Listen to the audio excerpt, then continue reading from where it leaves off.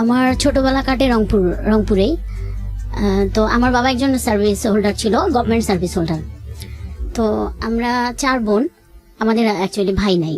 আচ্ছা, তো ছোটবেলা থেকেই আমাদের ফ্যামিলিটা কিন্তু একটু রেস্ট্রিক্টেড, মানে আমার বাবা একটু রেস্ট্রিক্টেড, প্লাস হচ্ছে রেস্ট্রিক্টেড বলতে মানে কি বলে, মানে কনজারভেটিভ। হ্যাঁ, কনজারভেটিভ। ওকে, কনজারভেটিভ।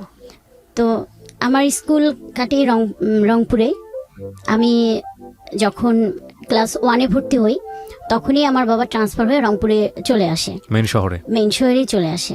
ইভেন আমার বাবা ওইখানে হচ্ছে পরে আস্তে আস্তে ওখানে সেটেল হয়ে যায় আর কি। আচ্ছা, তো আমি রংপুরের একটা নামকরা স্কুলেই পড়ি। তো সেখানে আমি খুব ভালো স্টুডেন্ট ছিলাম, মানে ক্লাস 1 থেকে 5 পর্যন্ত আমি, মানে আমার মনে হয় না যে আমি কখনো সেকেন্ড হয়েছি। জি, আমি ফার্স্ট হয়েছি। এবং হচ্ছে ক্লাস 5-এর বৃত্তি পরীক্ষা আমি স্কলারশিপও পেয়েছি। Very good. বাট এইটা যে আমি স্কলারশিপটা পাবো আমি কখনো চিন্তা করি নাই, কারণ আমার ধারণা ছিল যে মনে হয় পাবো না। কিন্তু আমার আব্বু সবসময় বলতো যে না, পাবা না কেন। তো সেক্ষেত্রে আমার আব্বুর একটা বিরাট ভূমিকা আছে। দেখা যায় তো আব্বু সারাদিন অফিস করার পর এসে আমাকে পড়াইতো। হ্যাঁ, তো সেক্ষেত্রে আমার একটু বিরক্তও লাগতো। ছোট মানুষ ছিলাম তখন, একটু খেলতে যাইতে পারতাম না। তো আমি আম্মুকে বলতাম যে আম্মু সবাই খেলে, আমি কবে খেলতে পারবো। আর আমাদের বাসা, আমাদের আমাদের অফিস থেকে, মানে আব্বুর অফিস থেকে আমাদের একটা কোয়ার্টার দিয়েছিল, সরকারি কোয়ার্টার। তো আমরা আমাদের ছোটবেলা ওইখানেই বেড়ে ওঠা। তো দেখা যাইতো যে আমার আরো যে 2টা ছোট ছোট বোন আছে, তারা খেলতো, আমি খেলতে পারতাম না। এই কারণে আমার নানান কমপ্লেন ছিল আমার আম্মু আব্বুর প্রতি।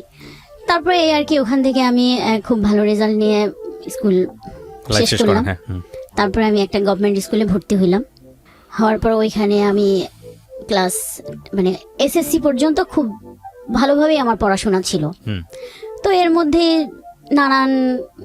নানান ধরনের প্রপোজাল পাই, যেটা হয় আর কি। তো আমার তখন কিন্তু সেই মুহূর্তে ওই ধরনের কোনো ইচ্ছা ছিল না, বুঝারও বয়সও হয় না, ইচ্ছাও ছিল না। কিন্তু আমার ভাল লাগতো, আমি খুব এনজয় করতাম। এবং প্রত্যেকটাই হচ্ছে আমি আমার আম্মুকে গিয়ে বলতাম, আম্মু জানো অমুক একটা ছেলে আজকে স্কুলে আসতে আমাকে চিঠি দিয়েছে। এবং প্রত্যেকটা চিঠি কিন্তু আমার আম্মু পড়তো।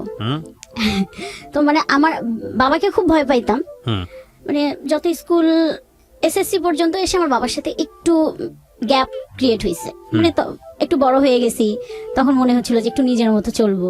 তো এইভাবে আমার স্কুল লাইফটা শেষ হলো। এসএসসিও আমি মোটামুটি খুব ভালো করে মানে পাশ করে গেছি, যেটা এক্সপেকটেশন ছিল সেটা হয়তো পারি নাই, বাট রেজাল্ট খুব খারাপও হয় নাই। আচ্ছা, তো এরপরে আসলো আমার মেইন পয়েন্টও না, মানে আমার কলেজ জীবন।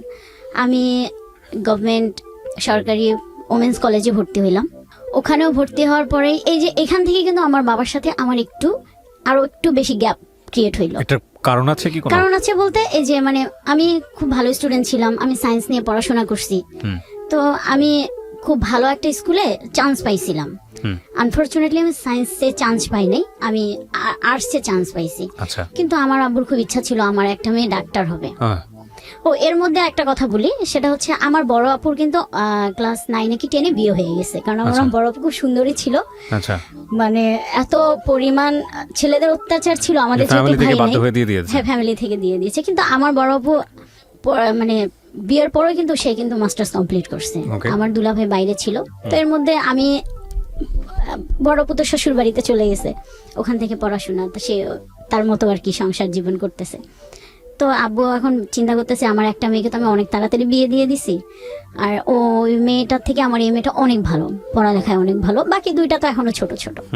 তো আব্বুর এটা ছিল যে তুমি সায়েন্স নাও। এখন আমার কথা হলো যে আমি খুব ভালো একটা স্কুলে চান্স পাইছি, মানে আমি ওই স্কুলটা ছাড়তে চাইতেছিলাম না। সায়েন্স আর্টস কোনো ফ্যাক্ট না আপনার? সায়েন্স আর কোনো ফ্যাক্ট না। কিন্তু আব্বু এটা নিয়ে খুব একটু রিয়াক্ট করছে। আমি আর আম্মু অলমোস্ট ভর্তি হইতেও গিয়েছিলাম ওই স্কুলে। ঠিক যে টাইমে আমি ফর্মটা ফিল আপ করবো, ওই টাইমে আব্বু ফোন দিয়ে আম্মুকে বলছে যে না, আমি ওখানে পড়াবো না, তুমি ওকে নিয়ে আসো।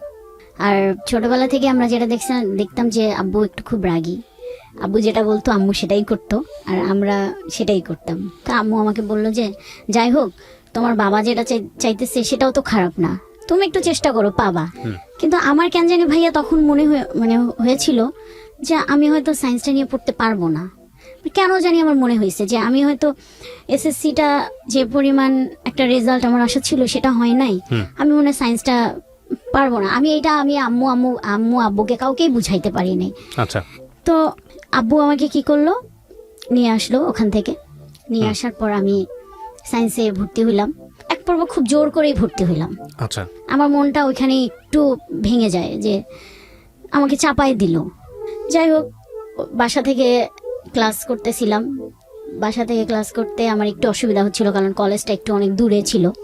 একটা সময় আমি আব্বুকে গিয়ে বললাম, আব্বু আমার বাসা থেকে কলেজটায় যেতে অনেক সমস্যা হয়, তো আমি যদি একটা হোস্টেলে উঠি। আমাদের কলেজে হোস্টেল ছিল। তখন কি সেটা রংপুরে? জি ভাইয়া, রংপুরে। তো আব্বু বলছে যে না, কি এমন অসুবিধা হয়, আমি তো তোমাকে প্রতিদিন বাইকে করে নামাই দিই। আচ্ছা। আমি বলছি, আব্বু প্রতিদিন বাইকে করে নামাই দিলে অনেক সময় হয় কি ক্লাসটা যেতে লেট হয়ে যায়, আর বাসায় আসতে আসতে আমারও খুব টায়ার্ড লাগে, পরে আর মানে রাতে বেশিক্ষণ আমি পড়তে পারি না, ঘুমাই যাই। তো এরকম করে করে 6 মাস আমি বাসা থেকেই ক্লাস করছি। 6 মাস পরে আমাদের এমনি একটা পরীক্ষা হয়। সে পরীক্ষাটার মধ্যে আমি খুব একটা ভালো রেজাল্ট করতে পারি নাই। তখন কিন্তু আমাদের রেজিস্ট্রেশন হয় নাই। তো সেখানে আমি কেমিস্ট্রি, এটা আমার মাথায় কিছুই ঢুকতো না। অন্যান্য সাবজেক্ট আমার কোনো প্রবলেম নেই, কিন্তু হ্যাঁ, কেমিস্ট্রিটা আমার মাথায় ঢুকতো না। আমি 6 মাস ক্লাস করার পর আব্বুকে বলছি, আব্বু এখনো তো রেজিস্ট্রেশন হয় নাই, আমি কিন্তু চাইলে চেঞ্জ করতে পারি, কারণ আমার মনে হয় যে আমার কেমিস্ট্রিটা একদমই মাথায় ঢুকতেছে না। তো আব্বু বলতেছে, না না সমস্যা নেই, আমি আরো 2টা মাস্টারের জায়গায় আরো 3টা মাস্টার রাখবো। মানে ওনার মেন পয়েন্টটা ছিল আমাকে ডাক্তার বানাবে, যেভাবেই হোক। তো এরকম করে আমি আব্বুকে বুঝাইতে পারলাম না। আমি রেজাল্টও এদিকে খুব একটা ভালো হইলো না, হোস্টেলে চলে গেলাম। হোস্টেলে সিট পাইতে অনেক কষ্ট করতে হয়েছে, কারণ অলমোস্ট তখন ফুল, কোনো রুম পাই নাই।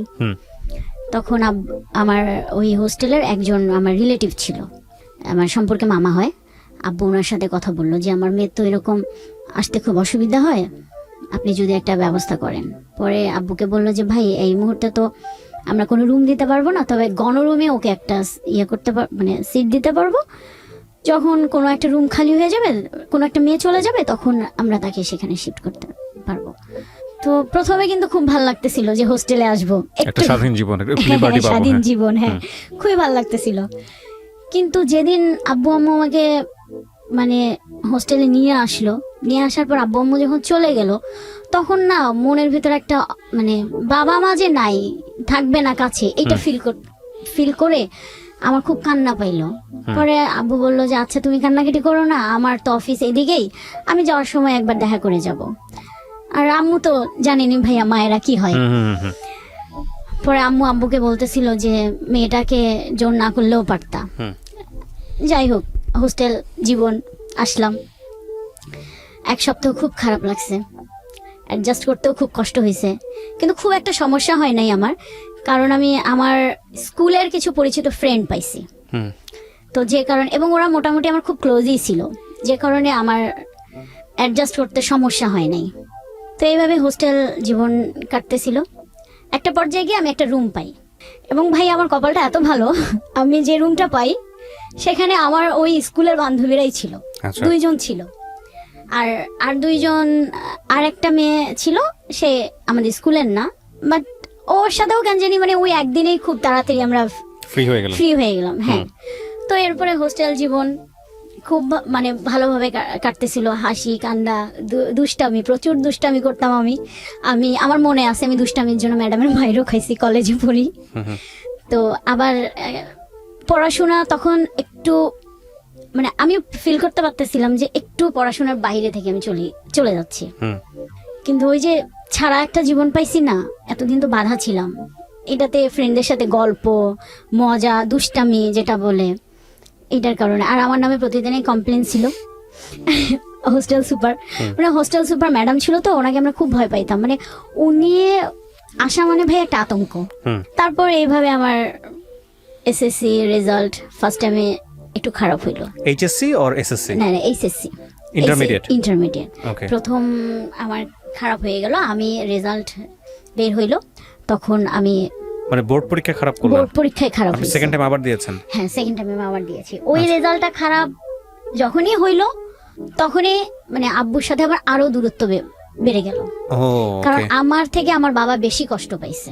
হুম কারণ আমার বাবার খুব ইচ্ছা ছিল যে আমি যদি পাশও করতাম, বাবা যেভাবেই হোক আমাকে মেডিকেলে পড়াইতো, আচ্ছা আচ্ছা, প্রাইভেট হলেও। প্রাইভেটে হলো। এবং রেজাল্ট যখন আসলো, আমরা রেজাল্ট শিট পাওয়ার কিছুদিন পর আমার মার্কশিটটা পাই না, তখন দেখা গেল যে আমি সায়েন্সে মানে সায়েন্সের যে সাবজেক্টটা কেমিস্ট্রি, ওই কেমিস্ট্রি। ফেল করছি। হ্যাঁ, ও। বাকিগুলো আমার মোটামুটি ভালোই ছিল। তো আব্বু ডিসিশন নিল আমাকে কেমিস্ট্রিতে আবারই পরীক্ষা দেওয়া হবে। আমি আব্বুকে তখন বলছি, না আব্বু, তাহলে আমি আর পড়াশোনাই করব না, কারণ আমার মাথায় ঢোকে না। আমার যদি না ঢোকে, আমি নিতেই পারতেছি না, তাহলে আমি কিভাবে পড়বো? তখন যাই হোক, আমার আম্মু অনেক বুঝাইলো, আম্মু খুব সাপোর্ট করছে, এখনো আম্মু খুবই সাপোর্ট করে আমাকে। আম্মুর সাপোর্ট করার পর আব্বু একটা সময় বুঝলো, কিন্তু আব্বুর মন থেকে ওটা আসলো না। যাই হোক, আমি পরের বার নতুন করে আবার ভর্তি হইলাম। হিউম্যানিটিস। হিউম্যানিটিস না ভাই, আমি কমার্সে ভর্তি হইলাম। আচ্ছা। তখন আব্বু বললো, ঠিক আছে হিউম্যানিটিস না, কমার্সে তুমি ভর্তি হও। কমার্সে ভর্তি হইলাম। যাই হোক, কমার্সের রেজাল্টও আমার খুবই ভালো হইলো, খুব ভালো বলতে মোটামুটি ভালো। হুম তারপরে এখন ভার্সিটি পরীক্ষা, অনেকগুলো ভার্সিটির পরীক্ষা দিয়েছি, কিন্তু আমি চান্স পাইনি। ঢাকা ভার্সিটিতে আমি ইংলিশে ফেল করছি, নাহলে আমার অনেক ভালো স্কোর ছিল, ইংলিশে ফেল না করলে আমার মনে হয়ে যাইতো। এইটাতেও আব্বু বড় একটা ধাক্কা খাইলো। তারপরে আমি তখন চিন্তা আসলো, আমার সব ফ্রেন্ডরা ঢাকায় ভর্তি হইতেছে, আমি ঢাকায় ভর্তি হব। আব্বুর আগে বললো, আমি তোমাকে আর ঢাকা টাকা কোনো কিছু নেই না, রংপুরে আমাদের এখানে অনেক মানে রংপুরে আমাদের এখানে ভার্সিটিও আছে, যেটা রোকেয়া বিশ্ববিদ্যালয় এখন হয়েছে, আর খুব ভালো একটা নামকরা জাতীয় বিশ্ববিদ্যালয় আছে। তো বললো যে এই দুইটার মধ্যে তোমাকে আমি একটা ভর্তি করাই দেবো। কিন্তু আমার ওই যে ঢাকায় আসবো আমি, সব ফ্রেন্ডরা ঢাকায় গেছে, ওরা সবাই ঢাকা থেকে বাসায় আসবে, আমার সাথে দেখা হবে, আমি এখানে এখনো পড়ে আছি। কারণ মানে এমনও স্টুডেন্ট ঢাকায় ভর্তি হয়েছে, আমার কাছে ওইটাই মাথার মধ্যে ঢুকছে যে তারা আমার থেকে মানে অনেক খারাপ স্টুডেন্ট ছিল, আমি তো ভালো ছিলাম, আমি কেন ঢাকায় পড়বো না? সে এসে বলবে আমি হচ্ছে ঢাকায় পড়ি, আমার এটা কেমন লাগবে না? এই একটা জেদ থেকে আব্বুর আমার জেদের কাছে পারলো না আর। আব্বু বলছে, ঠিক আছে আমি ঢাকায় তোমাকে ভর্তি করাই দিই। তো আমার এক ভাইয়া তখন মার্চেন্ডাইজিং এ পড়াশোনা করে শান্তমরিয়ামে, ভাইয়ের সাথে কথা বললো। আমাদের ঢাকায় তখন মোটামুটি রিলেটিভ থাকলেও মানে মানে ওই রকম কারোর সাথে তেমন কোনো আমাদের যোগাযোগ ছিল না। আমার ওই ভাইয়া ছিল আমার মেজো মামার ছেলে। তো আব্বু ভাইয়ার সাথে কথা বললো, তো ভাইয়া আমাকে বললো, আচ্ছা ঠিক আছে, মানে আব্বুকে বললো যে ঠিক আছে ফুপা, আপনি তাহলে ওকে নিয়ে আসেন, আমি দেখি এখানে ফর্ম। তো আমার আবার ইচ্ছা ছিল ফ্যাশন ডিজাইনিং এ পড়ার। শান্তমরিয়াম। শান্তমরিয়াম। ওকে। তো শান্তমরিয়াম ফ্যাশন ডিজাইনিং এ পড়বো। আব্বু এটাতে রাজি হইলো যে আচ্ছা ঠিক আছে পড়ো, এখন আমি তোমাকে কোনোটাই বাধা দেবো না, তোমার যা ভাল লাগে তুমি পড়ো, কারণ you are out of my track. হ্যাঁ। পরে ফ্যাশন ডিজাইনিং এ পড়বো, এই একটা খুবই মানে এক্সাইটেড। আমি ঢাকায় আসলাম, যেদিন আমি ভর্তি হব ওই দিন আমি ফর্ম ফিল আপ করবো, ঠিক ওই মুহূর্তে আবার আমার বাধা। আমার ওই ভাই আমার বাবাকে বুঝাইলো, না না ফ্যাশন ডিজাইনিং এ মেয়েরা পড়ে না, তো মেয়েরা উচ্ছৃঙ্খল মানে খুবই অধ্যত টাইপের হয়, তো হচ্ছে দরকার নেই, ওকে বিবিএতে ভর্তি করাই দেন। এই যে আমার বাবার মাথায় ওখানে ঢুকাইলো। আমার বাবা চিন্তা করলো, তাই তো আমাকে ছাড়া ফ্যামিলি ছাড়া থাকবে যদি আমার মেয়েটা এরকম হয়ে যায়। তো আমাকে ওইখানেই আব্বু আবার বললো যে না, ফ্যাশন ডিজাইনিং এ পড়া যাবে না, তুমি এটাতেই ভর্তি হও, না হলে তুমি আমার সাথে চলো। কি আর করার, ভার্সিটিতে ভর্তি হইলাম। প্রথম ক্লাস সবকিছুই মিলে খুবই ভালো লাগলো। তো আমাদের ভার্সিটিতে হয়েছে কি ভাইয়া, একটা আমার 5 জনের একটা গ্রুপ হয়েছে। আর আমার না ছোটবেলা থেকে একটা খুব মানে কি বলবো, আমি মেয়েদের সাথে খুব কম মিশতাম, জানি না কেন, মানে আমার ছেলে ফ্রেন্ড ছিল প্রচুর, ছেলেদের সাথে আমি কমফোর্ট। এটা হয় ন্যাচারালি, যার যেটা ভালো লাগে আর কি। হ্যাঁ। তো আমার ওই গ্রুপের মধ্যেও দেখা গেছে যে হচ্ছে মানে আমার বাবা ওই যে মন খারাপ করার পর আমার সাথে একটু কম কথা বলে, তারপরে জোর করে ঢাকায় আসছি, কিন্তু আমাকে সাপোর্ট করছে পড়াশোনা। আমার পড়াশোনার খোঁজ খবর আমার বাবা ভার্সিটি পর্যন্ত নিছে, যে কারণে হয়তো আমি পাশ করে গেছি বা মানে এত দূর আগাইতে পারছি। তো আমি ভার্সিটি লাইফে ফাঁকি দিতে পারিনি, কোনো স্কোপ ছিল না। বাবা রংপুরে থাকলেও দেখা যেত যে আমাকে ওইখান থেকে কন্ট্রোল করতো। আমাকে ফোন দিছে একটা, জাস্ট খুব নরমাল। আপনি শান্তমরিয়ামে যখন পড়তেন তখন থাকতেন কোথায়? আমি তখন হ্যাঁ তখন না, ফার্স্ট টাইমে আমি হচ্ছে আপনার হোস্টেলে উঠছিলাম, কিন্তু আমার 6 মাস পরে তখন তো আমি নতুন ঢাকায়, আর আমি কিছু বুঝিও নাই। আমার পানিতে একটা প্রবলেম হয়েছিল, যেটা হয় আর কি সাধারণত ঢাকায় আসলে। শুধু জন্ডিস না, আমার অনেকগুলো রোগ হয়েছে। তো আমার টাইফয়েড মানে হলো, এবং এত খারাপ অবস্থা, আমি আইসিইউতে ছিলাম। আচ্ছা। তো এরপরে আব্বু চিন্তা করলো যে তাহলে ওকে আর হোস্টেলে দেওয়া যাবে না। হুম আর তখন আব্বু বললো তাহলে কি করবা, তুমি কি আসবা? আমি বলছি না আব্বু, আমি আসবো না, আমি এখানেই পড়বো। হুম তো আব্বু বললো যে আমরা তো অনেক দূরে, চাইলেও তো যেতে পারি না।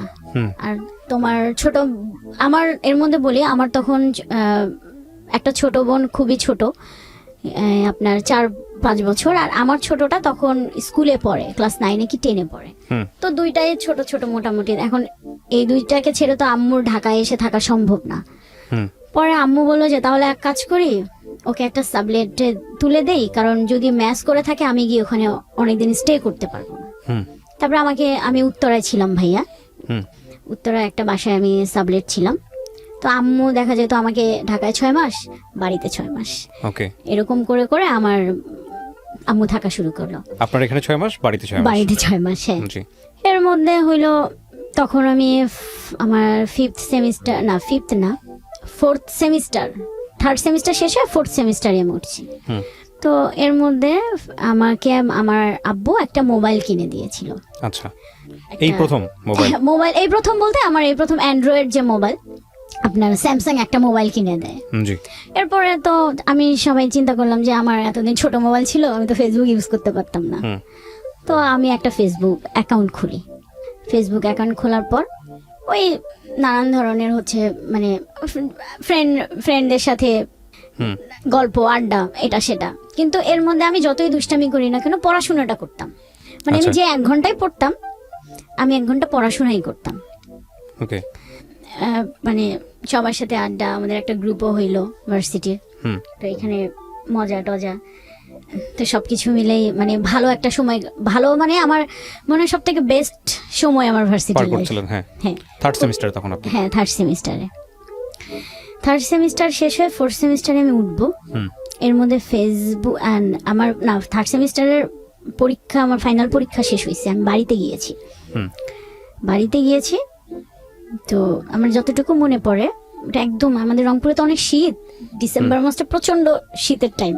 হুম তো ওই আমি তখন বাড়িতেই ছিলাম, পরীক্ষা শেষ হয়েছে বাড়িতেই ছিলাম। তো এর মধ্যে হচ্ছে ফেসবুকে অনেক দিন পর মানে ওই যে ঘাটাঘাটি করতে করতে একটা মেসেজে গিয়ে আমার চোখ আটকাইছে। এখানে একটু কথা বলি ভাইয়া, জি। সেটা হচ্ছে যে মানে আমি স্কুল লাইফ বলেন, কলেজ লাইফ বলেন, ভার্সিটি লাইফ বলেন, হ্যাঁ মানে আমার ছোট থেকে একটা না জিনিস কাজ করতো। মানে অনেক আমি মানে আমাকে অনেকে প্রপোজ করছে, অনেক ছেলেরা ইয়া করছে, কিন্তু এই যে প্রেম যে বিষয়টা, প্রেম করব হুম মানে এই জিনিসটা না সিরিয়াসলি সারা মানে একটা রিলেশনশিপে যাব, এই জিনিসটা আমার তখনও পর্যন্ত আসে নাই, হুম আসতো না।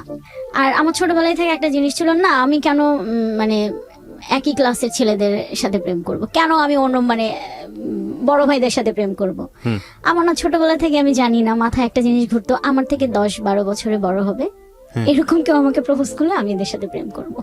আচ্ছা। মানে এরকম একটা আমার ইয়া ছিল, জানি না কেন।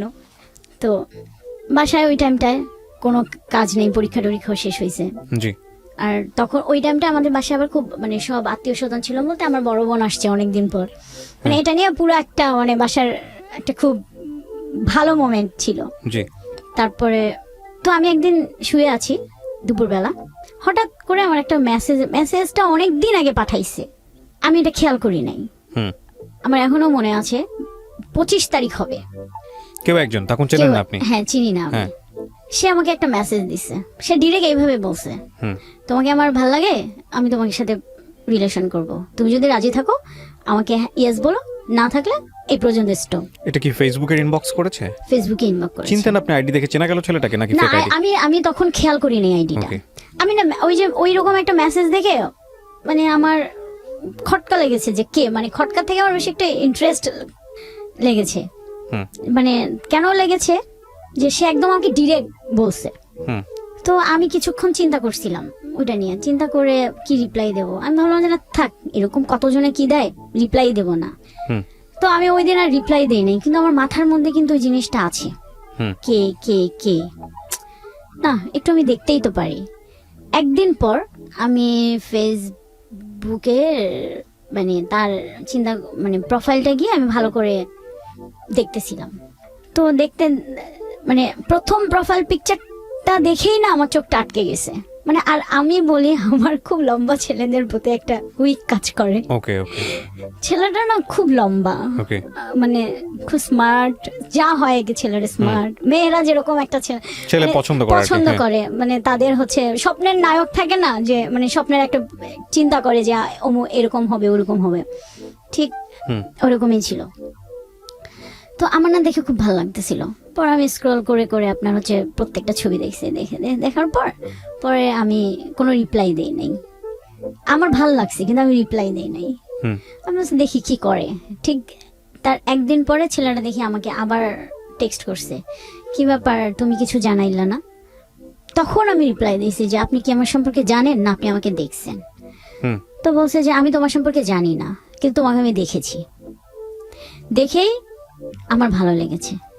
আচ্ছা তো এরপরে আমি মেসেঞ্জারে বেশ কিছুদিন কথা টথা হয়েছে, বেশ কিছুদিনও না, আপনার 25 তারিখেও পাঠাইছে আর 31 তারিখে গিয়ে মানে ওর সাথে আমার কথা হয়েছে, ফার্স্ট ফোনে কথা হয়েছে। এই কয়দিন শুধু আমাদের মানে মেসেজিং এ কথা হইতো। হুম ও আমাকে নাম্বার দিছে, দিয়ে বলছে যে তোমার মন চাইলে তুমি আমাকে ফোন দিও। এর মধ্যে ছেলেটা সম্পর্কে আমি জেনে নিছি যে সে কোথায় থাকে, তার বাসা ঢাকা। সে তখন একটা কোম্পানিতে জব করে, পড়াশোনা শেষ হয়ে গেছে। মানে তার কথা শুনে আমার মনে হলো, মানে ফ্যামিলি ব্যাকগ্রাউন্ড শুনে মনে হলো যে ভালো।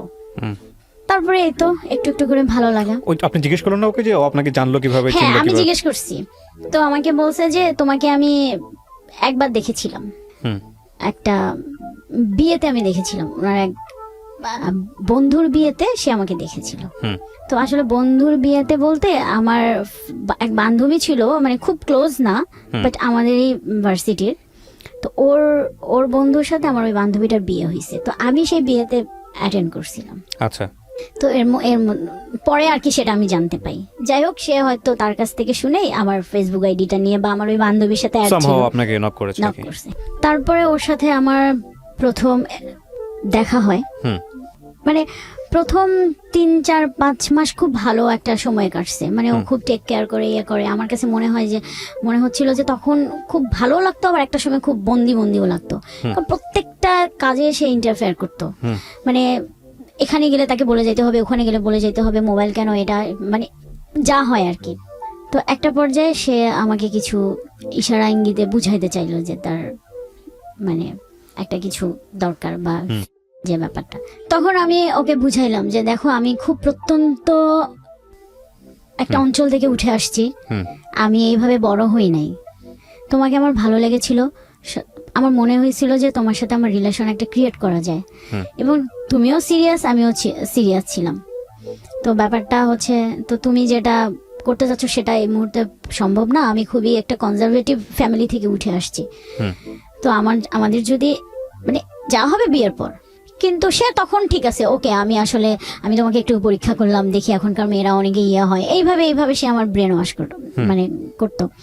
সব থেকে ব্যাপার যেটা ভাই আমার জন্য খুবই একটা মানে শকিং একটা ব্যাপার, সেটা হচ্ছে যে ওর সাথে আমার ব্রেকআপ হওয়ার কারণটা হলো, আমার যে খুব ভালো ফ্রেন্ড ছিল সামহাউ সে তার সাথে কোনো একটা ভাবে কানেক্ট হয়ে যায়। আচ্ছা কানেক্ট হওয়ার পর তাদের মধ্যে একটা রিলেশন ক্রিয়েট হয়, যেটা আমি জানতাম না। মানে মানে সে আমাকে বুঝতে দেয় নাই, মানে হয় না যে অন্যদিকে ডাইভার্ট হয়ে গেলে আমার দিক থেকে সরে আসা বা একটু সময় কম দেওয়া, মানে আমি কোনোভাবেই বুঝতে পারি নাই। তো একদিন যখন ব্যাপারটা আমার সামনে চলে আসলো, খুব বাজেভাবেই সামনে চলে আসছে, তখন আমার অবস্থাটা এতটাই খারাপ ছিল, আমি ওকে মানে তখন ওর প্রতি আমার এত একটা ব্যাড ইমপ্রেশন যেটা বলেন, মানে এত একটা খারাপ অনুভূতি তৈরি হইলো যে আমি ওকে যে জিজ্ঞাসা করব সেই রুচিটাও আমার হয় নাই। মানে আমার কাছে মনে হলো যে এটাই কি লাইফের একটা পার্ট, এটার জন্য কি মানে এত বড় একটা মানে সে আমাকে কষ্ট দেবে। ওই যে ওইখান থেকে আমার মাথার মধ্যে একটা ঢুকছে যে এটাই বুঝি লাইফের একটা পার্ট, ভালোবাসা কিছু না। আমার তো কোনো কমতি ছিল না, কিসে কমতি, এটাই আমার সবসময় মনে হইতো। আচ্ছা তো এরপরে যাই হোক, সে অনেকবার আমার সাথে যোগাযোগ করার চেষ্টা করছিল, আমার ওইখান থেকে ওই দিনের পর থেকে একদমই টোটালি ক্লোজ। এরপরে আমার মাঝখানে খুব বাজে একটা অবস্থায় গিয়েছিল, কারণ রিলেশন ব্রেকআপ হয়ে গেছে, একটা এতদিনের অভ্যাস, এই একটা ঘটনাকে কেন্দ্র করে আপনার রিলেশনশিপ ব্রেকআপের দিকে চলে গেল। গেছে। ওকে।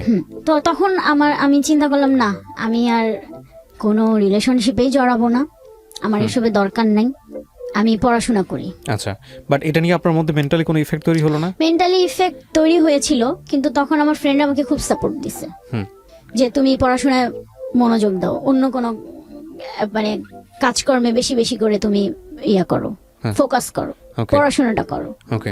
তারপরে আমার সব থেকে, আমি আম্মুর কথা না বললেই হয় না, আম্মু আমাকে খুবই সাপোর্ট করছে। ওকে, বাট আপনি শেয়ার করেছিলেন সবার সঙ্গে যে হ্যাঁ, আমার আমি এরকম আমার একটা আম্মুর সাথে শেয়ার করছি। ওকে, ফাইন। আম্মু খুবই সাপোর্ট করছে, আম্মু আমার সাথে ফ্রেন্ডের মতো মেলামেশা করছে।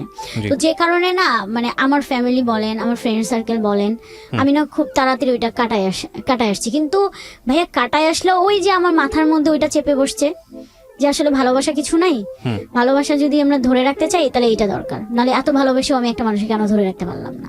আচ্ছা, আমার মাথার মধ্যে ওইটা চেপে বসছে। যাই হোক, তারপরে আমার এরকম কোনো ইয়ে ছিল না, আমি পড়াশোনা শেষ করলাম আমি 2016-তে। হ্যাঁ, আমার বিবিএ শেষ হয়ে গেল। ওকে। এর মধ্যে আমি মানে জব সার্চ করতেছিলাম যে পড়াশোনা তো হয়ে যায়, আমি একটা জব সার্চ করি। ওকে। তো জব সার্চ করতে করতে সামহাও আমি একটা জবে ঢুকে পড়ি। ওকে। ওখানে আমার জব ভালো একটা কাজ, তো আমি চাই ব্যাপারটা তুমি হ্যান্ডেল করো, আর যেহেতু আমিও এখন দেশের বাইরে, তো আমি বললাম ঠিক আছে স্যার, আমি দেখি স্যার আমি কতটুকু করতে পারি, আমি ট্রাই করব আমার মতো করে। আমি তো ওই প্রথম দিনই আমার ওনার সাথে দেখা, আমি ওই একটা প্রবলেম নিয়ে আমার যে প্রোডাকশন ম্যানেজার ছিল ওনাকে নিয়ে আমি ওনার অফিসে যাই। আচ্ছা, আমি এখানে একটু ছোট্ট করে বলি, একটা ফ্যাব্রিক্সের ডিজাইনের ভুল হয়েছিল, মানে একটা ডিজাইন পুরাটাই উল্টা হয়ে গেছে। তো এটা তো কোনোভাবেই তো বায়ার অ্যাকসেপ্ট করবে না, কিন্তু আমার মালিকের কথা হলো এটা বায়ারকে অ্যাকসেপ্ট করাইতে হবে। কিভাবে করাবা, কোন মানে ব্রেন খাটাইলে, বুদ্ধি দিয়ে এইটা তুমি চালাইতে পারবা, কারণ এখানে আমার অনেক প্রফিট লস হয়ে যাবে। আচ্ছা, তো এইটা হচ্ছে তুমি ম্যানেজ করো, আমি মনে করি তুমি পারবা। তো আমি ওইটা নিয়ে ওনার সাথে কথা বললাম, ফোনে কথা বলি ফার্স্ট টাইমে। অ্যাজ ইউজুয়াল স্যার, অ্যাকচুয়ালি যা হবার হয়ে গেছে, একটু দেখেন স্যার কোনোভাবে ম্যানেজ করে। আমি ওনাকে চাচ্ছিলাম যে কনভিন্স করে ম্যানেজ করে উনি বায়ারকে কনভিন্স করুক, আমার জিনিসটা যেন শিপমেন্ট হয়ে যায়, নাহলে আমার কোম্পানি সত্যি একটা খুব বড় একটা লস খেয়ে যাবে। পরে উনি বললো আচ্ছা আপনি এক কাজ করেন, আর সব থেকে মজার ব্যাপার হলো উনি আমাকে যতই বুঝাইতেছিল ডিজাইনটা, আমি ঠিক তার উল্টা বুঝতেছিলাম। একটা পর্যায়ে উনি খুবই বিরক্ত, উনি আমাকে বললো তুমি ইয়া করো, আপনি ইয়া করেন, আপনাকে ফোনে আমি বুঝাইতে পারবো না, আপনি আপনার টিম নিয়ে আমার অফিসে চলে আসেন। আচ্ছা, পরে বললাম ঠিক আছে স্যার, তাহলে আমি আজকে আর যাবো না, কালকে একদম সকালে আমি আপনার অফিসে চলে যাই। আমি ওনার অফিসে চলে গেছি, মানে ওনার অফিসে যাই, আমি আমার টিম নিয়ে বসে আছি। তো সব এখানে একটা মজার কথা বলি, ওনার যে নাম, ওই নামে ওই অফিসে আরো 4 জন। ওকে। আমি রিসেপশনে বসে আছি, আমি তো তখন পর্যন্ত ওনাকে দেখি নাই, আমার সামন দিয়ে উনি ঘুরপাক করতেছে। আমি যে রিসেপশনে বলছি যে আমি মানে ওনার নাম বলছি যে আমি অমুক স্যারের সাথে দেখা করতে আসছি, তো ওনারা, আমি এখানে একটা ছোট্ট ভুল করি, মানে আমি ওনার পুরা নামটা বলি নাই, না বলে জাস্ট একটা নামের পার্ট বলছি, তো যে কারণে ওই নামের পার্টটাই অফিসের আরো 3-4 জন আছে। তো উনি রিসেপশন থেকে আমাকে কনফার্ম করলো, ম্যাডাম আপনি একটু বসেন, স্যার তো বাইরে গেছে, স্যার আসতে একটু লেট হবে। আমি বসে আছি, কিন্তু যে যার কাছে আমি গিয়েছিলাম সে আমার সামন দিয়ে ঘুরপাক করতেছিল, মানে উনিও আমাকে খুঁজতেছিল যে কি ব্যাপার, ওনার আসার কথা ছিল, উনি এখনো কেন আসতেছিল না। তো এরকম করে 1 ঘন্টা চলে গেছে, যাওয়ার পর উনি আমার সামনে আসছে, এসে আমাকে জিজ্ঞাসা করছে যে আমার যদি খুব ভুল না হয় তাহলে আপনি কি সুভা? তো আমি চেয়ার থেকে মানে উঠে দাঁড়ায় ওনার মুখের দিকে তাকায় আছি, এমন ভাবে তাকায় আছি, মানে আমি কি বলবো। পরে আমি খুব আস্তে করে বললাম যে জি স্যার আপনি। বলছে যে আপনি তো আমার কাছেই আসছেন। আমি আর কি বলবো ভাইয়া, লজ্জায় মানে মাথা একদম নিচু করে ফেলছি। বলছে যে আপনি কি বলছেন রিসেপশনে? আমি বলছি স্যার আমি অ্যাকচুয়ালি এটা বলছি। পরে বললো আচ্ছা আমার ঠিক আছে, সমস্যা নেই, এটা হইতেই পারে, এই নামে 4 জন আছে, তো ওরা বুঝে নাই। যাই হোক, আমরা আমাদের ওই প্রবলেম নিয়েই কথা বলতেছিলাম, উনি খুব হেল্প করছে ওই ব্যাপারটায়। আচ্ছা, আমি বললাম যে স্যার এটা একটু দেখেন, আপনি কোনোভাবে বায়ারকে যদি এটা শিপমেন্ট করাইতে পারেন তাহলে আমাদের খুবই প্রবলেম হয়। পরে আমার টেকনিশিয়ান যে ওখানে ছিল তাদের টেকনিশিয়ান মিলে আমরা ওইখানেই আর কি বুদ্ধি পরামর্শ করতেছিলাম যে কিভাবে এই জিনিসটাকে আমরা সলভ করি। পরে উনি বললো যে দেখেন এইভাবে করতে পারেন, সেক্ষেত্রে হচ্ছে মানে যদি আর কি ওয়াশে যদি আমার জিনিসটা ফেসে না যায়, যদি ফেসে না যায় আমার কোনো প্রবলেম নেই, ফেসে গেলে আমার প্রবলেম, কারণ আমার ওটা আমি শিপমেন্ট করতে পারবো না, বায়ার নেবে না। আর সব থেকে বেটার হয় আপনি এখনই যান, আপনি ডিরেক্ট বাইং অফিসে চলে যান, আমি নাম্বার দিতেছি, দেখেন উনি কি করতে পারে।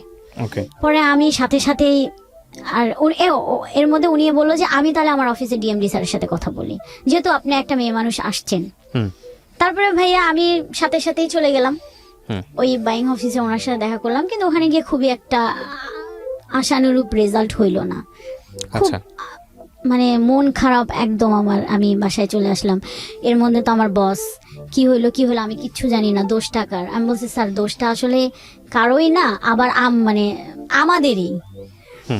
পরে বললো তাহলে আপনি দেখেন কি করবেন, না হলে কি আর করা, হয়ে গেল, লস যদি হয়ে যায় আমার তো কিছু করার নাই, কিন্তু যতক্ষণ পারবেন চেষ্টা চালাই যান আপনার দিক থেকে। পরে আমি ওই স্যারকে আবার ফোন দিলাম যে স্যার আমার তো পারলাম না, স্যার আপনি প্লিজ দেখেন কি করেন। তখন উনি আমাকে, আর ওদের ওই মুহূর্তে কিন্তু কোনো সময়ও নেই, কারণ শিপমেন্টের অল্প কিছুদিন বাকি আছে, নতুন করে আবার ডেভেলপমেন্ট করা, স্যাম্পলিং করা, মানে আরো 15 থেকে 20 দিনের ব্যাপার, যেটা ওদের আর নাই কিন্তু সময়। পরে আমি এক পর্যায়ে বললাম যে স্যার তাহলে যদি না হয় তাহলে আর কি করার, আপনি এটা অর্ডার ক্যান্সেল করে দিয়ে আপনি অন্য কারো কাছ থেকে নিতে পারেন। তখন বললো যে না এটা কোনো তো সলিউশন না, এখন এই আমার সময় হাতে মাত্র 4-5 দিন আছে আমার শিপমেন্টের, আমি এখনো কিছুই শুরু করি নাই, আমার কাটিং এর লোকজন বসে আছে, লাইন বসে আছে, আপনি এসব কি উল্টাপাল্টা কথা বলেন। আমি বলছি তাহলে এটাই নিতে হবে, আমার কোনো উপায় নেই, আমি নতুন করে আর আপনাকে প্রোডাকশন করে দিতে পারবো না, তা আপনি যেখানেই নেন না কেন, আমার কাছ থেকে নেন, অন্য কারো কাছ থেকে নেন, আপনাকে মিনিমাম 25 দিন সময় লাগবে। বলছে না আমার পক্ষে সম্ভব না। পরে যাই হোক ওনারা বলছে দেখি আমি কি করতে পারি। ওনারা ওনাদের অফিসে ওনার স্যার, ওনার ম্যাডাম এদের সাথে আলোচনা করলো। আমাকে পরের দিন বিকালবেলা আমাকে ফোন দিয়ে বললো যে আপনি এক কাজ করেন, আপনি ফেব্রিক্সটা পাঠিয়ে দেওয়ার ব্যবস্থা করেন,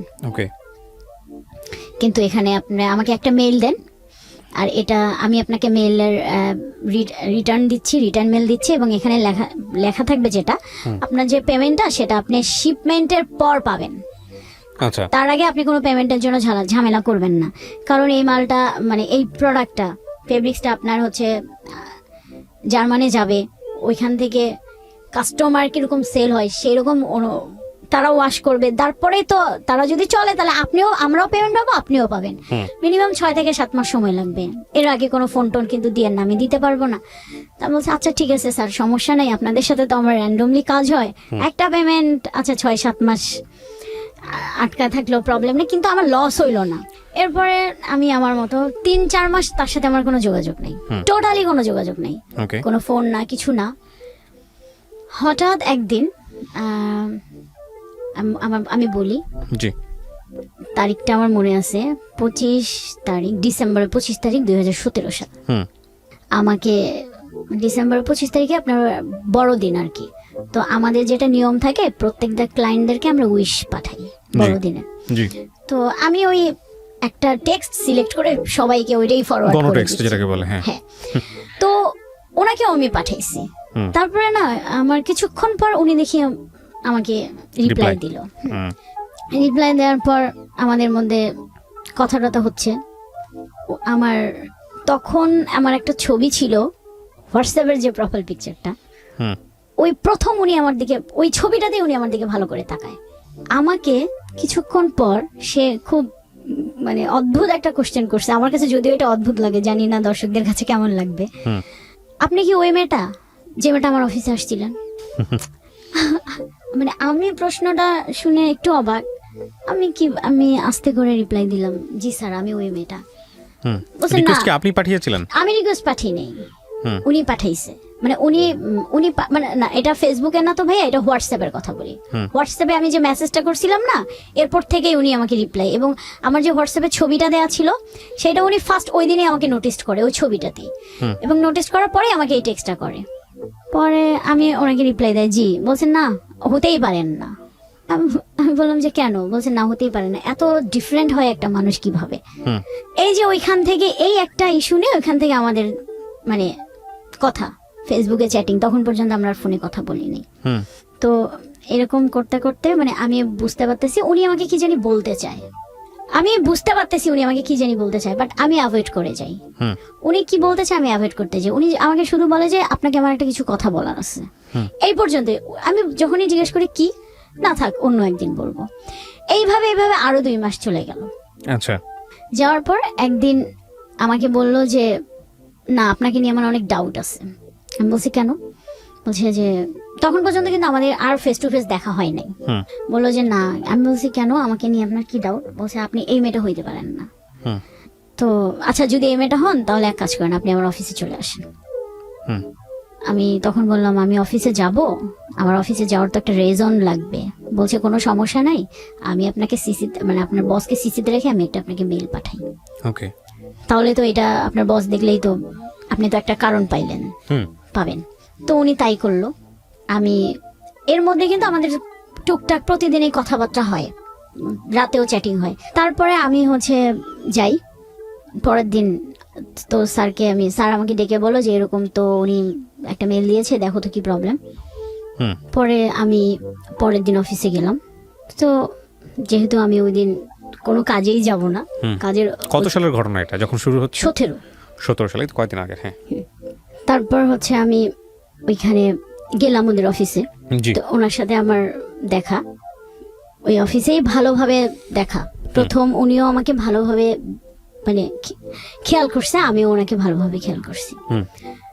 পরে উনি আমাকে বললো যে আচ্ছা ঠিক আছে, অফিসে যেহেতু এত ডিটেলস কথা বলা যাবে না, আমরা খুব নর্মালি কথা বললাম, আপনার অফিসিয়াল বিষয়ে কথা বললাম। কিন্তু উনি আমি খেয়াল করতেছিলাম উনি আমাদেরকে খুব ভালোভাবে তাকাইছিল। এবং এই বিষয়টা কি আপনি খুব ইজিলি নিচ্ছেন? লাইক থাকে না একটা পছন্দ করি না, অস্বস্তি বোধ করতেছি না, কিন্তু আমার ভালো লাগতেছে। না, ফার্স্ট টাইমে আমার ওই সময় আমার একটু অস্বস্তি বোধই লাগতেছিল। আচ্ছা আচ্ছা। যে পরে যাই হোক আমি আর কিছু বলি নাই, কথাটা তো শেষ করে আমি আসলাম। পরে আমাকে দেখলো যে সে আমাকে মেসেজ দিল, দিয়ে বলল যে না ঠিক আছে, আমার ডাউট মানে চলে গেছে। তারপর থেকে উনি আমাকে নানানভাবে বোঝানোর চেষ্টা করে, টেক্সট হয়, কথা হয় প্রতিদিন। এবং আমি পরের দিন থেকে দেখি উনি আমার প্রতি একটু অন্যরকম, মানে ওনার কথার সুর আমাদের ফোনের কথা থেকে মেসেজের কথা বেশি হইতো। থাকে না অনেক সময় মেসেজের ভাষাও কিন্তু ভাইয়া বোঝা যায়। রাইট। হ্যাঁ, মেসেজের ভাষাও কিন্তু বোঝা যায় সে মানে কি আসলে বলতে চাচ্ছে বা কি মিন করতে চাচ্ছে। হ্যাঁ, সে দেখি আমার প্রতি খুবই কনসার্ন, আমাকে নিয়ে সে খুবই চিন্তা করতেছে, সে টেক কেয়ার করতেছে। তো তখন তো আমার ওই অফিসে অনেক কাজের প্রেসার, আমি অনেক কাজ করতাম। দেখা যেত যে আমার মানে কাজের ফাঁকে ফাঁকে আমি তাকে টেক্সট করতেছি, সেও কাজের ফাঁকে ফাঁকে টেক্সট করতেছে, নানান ধরনের কথাবার্তা। মানে সে একটু আমার এই যে দুপুর হলে তুমি লাঞ্চ করো, এখন অনেক লাঞ্চ করবা না, কখন করবা, যাও লাঞ্চ করো, কাজ কেন করতেছো। এই যে আমার প্রতি যে তার টেক কেয়ারটা, এইটা না আমার ভাল লাগতেছিল যে সবসময় সে আমাকে টেক কেয়ার করে। তারপরে কাজের ফাঁকে দেখা যায় যে সে একটা ভিডিও কল দিল, দিয়ে বললো যে আমি ভিডিও কলে থাকি, তুমি কাজ করো। Very interesting. হ্যাঁ, তো এটা তো ডিপ টাইপের একটা রিলেশনশিপে চলে যাচ্ছে, বোঝা যাচ্ছে খুব নরমাল টাইপের কোনো কিছু না, এখানে ফিলিংস জড়িত। তো আমার না জিনিসটা ভাল লাগতেছিল, আমি খুব এনজয় করতেছিলাম। আচ্ছা। তো এরকম হইতে আমি বাসায় মানে ওই যে আমি নর্মালি ওয়াইফাই ছাড়া দেখা যেত যে আমার তো ওইরকম কোনো আপনার ইন্টারনেটে তেমন কোনো কাজ নাই। আমি অফিস বাসায় ছাড়া এই আপনার কি বলে বাহিরে খুব একটা ডাটা ইউজ করতাম না প্রয়োজন ছাড়া। আচ্ছা। তো আমার একদিন একটা মিটিং পড়লো মহাখালীতে, আমি মহাখালী আসছি। এই যে একটা মানে আস্তে আস্তে যে আমি ইনভলভ হচ্ছি, আমি তখন পর্যন্ত সে আমাকে বুঝাইতে চেষ্টা করলো, আমি ফার্স্ট টাইমে কিন্তু বুঝলেও একটু চাইতেছিলাম যে একটু ডিস্টেন্স ক্রিয়েট করতে, মানে আমি চাচ্ছিলাম না যে এত তাড়াতাড়ি ইনভলভ হয়ে যাইতে। তো আমি মহাখালী অফিসে আসছি, সে আমাকে মনে হয় নক করেছিল হোয়াটসঅ্যাপে, আমাকে পাইনি, আমার কাজ শেষ। আমাকে একবার ফোনও দিয়েছিল, আমি ধরিনি, আমি কেটে দিয়েছিলাম। তো আমার কাজ শেষ, আমি অফিস ব্যাক করব। আমার সাথে আমার অফিসের এক সিনিয়র আপু ছিল, তো ওনার সাথে আমার খুব ভালো একটা আন্ডারস্ট্যান্ডিং ছিল। মোটামুটি আমরা মানে হয় না, থাকে না কেউ ভাইয়া যে তাকে সবকিছু বলে একটু কমফোর্ট ফিল হয়। তো আপুটা আমাকে ছোট বোনের মতোই আমাকে খুব ভালোবাসতো, তো সেক্ষেত্রে অনেক কিছুই আমি শেয়ার করতাম। তো এই ব্যাপারটাকেও আমি আপুকে খুব শেয়ার করতাম। আপু জানেন একটা ওই স্যার কিন্তু, হ্যাঁ এই যে আমাকে দেখেন কি কি টেক্সট করে, আমি কিন্তু ওনাকে খুবই বলছে ভালো তো স্যার তো দেখি একদম দেওয়ানা হয়ে গেছে, উনি আবার বলতেছিল। এই আমরা দুইজনেই বাসে বসে বসে গল্প করতে করতে আসতেছিলাম, হঠাৎ আমাকে ফোন দিয়েছিল। তখন আমি ফোনটা ধরি, কি ব্যাপার তুমি কোথায়? আমি তো এই তো মহাখালী আসছিলাম একটা কাজে, তোমার মোবাইলে অনেকগুলো টেক্সট করতেছি, তুমি কি পাও নাই? পরে আমি বললাম যে না, আমার তো পাওয়ার কথা না, কারণ তো মোবাইলে ডাটা নাই। কেন ডাটা নেই? পরে আমি বললাম আমি তো বাইরে খুব একটা ডাটা আমার লাগে না, আমার প্রয়োজনও মনে হয় না। পরে বললো ও আচ্ছা ঠিক আছে, সে ফোনটা কেটে দিল। আমি আর ফোনটা ব্যাক করিনি। কিছুক্ষণ পর দেখি সে আমাকে মোবাইলে ডাটা পাঠাইছে। আমি আবার ফোন দিয়েছি, মানে আমার কাছে এটা খুবই অস্বস্তি লাগতেছিল। আমি বললাম কি ব্যাপার, আপনি আমার মোবাইলে কেন ডাটা পাঠালেন, মানে রিসার্চ কেন করে দিলেন? পরে বলছে যে রিসার্চ কেন করে দিলাম সেই প্রশ্নটা পরে, আগে এখন যেটা তোমাকে করতে হবে, এখন থেকে সবসময় 24 ঘন্টা মোবাইলে ডাটা রাখবা। আচ্ছা, মানে মোবাইলের ডাটা ছাড়া তুমি বের হবা না, মানে somehow he is missing you. হ্যাঁ ওকে। পরে আমি কিন্তু তখনও পর্যন্ত দেখি নাই যে উনি আমাকে অনেকগুলা টেক্সট করছে, আমার ইনবক্স পুরো ফুল হয়ে গেছে, এত বড় বড় টেক্সট। তো আমাকে বললো আর তুমি এখন কথা বলবা না, তুমি কি আমার টেক্সট দেখছো? আমি বলছি না। তো বলছে তাহলে তুমি ফোন কাটো, কেটে তুমি টেক্সট গুলা দেখো। পরে দেখি যে একটার পর একটা আসতেই আছে।